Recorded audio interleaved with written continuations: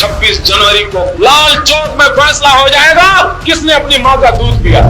આજથી 30 વર્ષ પહેલા વર્ષ 1992 એક એવો ઇતિહાસ રચવામાં આવ્યો હતો જેનાથી દરેક દેશવાસીઓની સાથે ગુજરાતની છાતી પણ ગર્વથી ફૂલી ગઈ હતી। 1990ના એ દાયકામાં કાશ્મીરમાં આતંકવાદ ચરમસીમાએ હતો ત્યારે કોઈ કાશ્મીર જવા માંગતું ન હતું, પરંતુ ગુજરાતની ધરતીના સાવજ નરેન્દ્ર દામોદરદાસ મોદીએ આતંકવાદીઓને ખુલ્લો પડકાર ફેંક્યો અને કહ્યું હતું કે જો તમારામાં હિંમત હોય તો મને કાશ્મીરના લાલ ચોક પર તિરંગો લહેરાવતા રોકી બતાવો। મોદીજીએ આતંકવાદીઓને આપેલી આ ધમકીથી આખો દેશ ચોંકી ગયો હતો।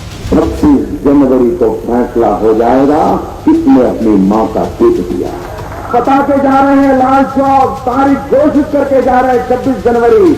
મોદીજીએ જાહેરાત કરી દીધી હતી કે હું 26મી જાન્યુઆરીએ આવી રહ્યો છું, પરંતુ તે પહેલા મોદીજી તેમની માં પાસે ગુજરાત જઈને કહે છે કે માં મને આશીર્વાદ આપો, કાશ્મીર આપણું છે અને હંમેશા આપણું જ રહેશે। હું લાલ ચોક જઈ રહ્યો છું તિરંગો લહેરાવવા, મને કંઈ પણ થાય તો સમજી લેજો કે માં ભારતી માટે મારું આ સૌથી મોટું યોગદાન હશે। આંસુઓ સાથે મોદીજીને તેમની માતાએ આશીર્વાદ આપ્યા અને મોદીજી કાશ્મીર જવા નીકળે છે। તારીખ હતી 25 જાન્યુઆરી 1990 સવારના લગભગ 11 વાગ્યા હતા। આખો દેશ મોદીજીને જોઈ રહ્યો હતો અને તેમનું ભાષણ સાંભળી રહ્યો હતો। तुम्हारे पास जितना गोला बारूद हो सज धज के तैयार रख लेना।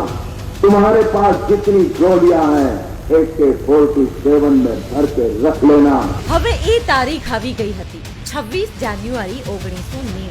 મોદીજી કાશ્મીરના લાલ ચોકમાં પહોંચી ગયા હતા। તેમની સાથે બીજેપીના અન્ય નેતાઓ પણ હતા। મોદીજીની આંખોમાં કોઈ ડર નહોતો દેખાતો અને તેઓએ ગર્વથી લાલ ચોકમાં તિરંગો લહેરાવી દીધો। ઇતિહાસમાં પહેલીવાર કાશ્મીરના લાલ ચોકમાં તિરંગો ગર્વથી લહેરાઈ રહ્યો હતો। આખા દેશે તે દિવસે મોદીજીને નમન કર્યું હતું।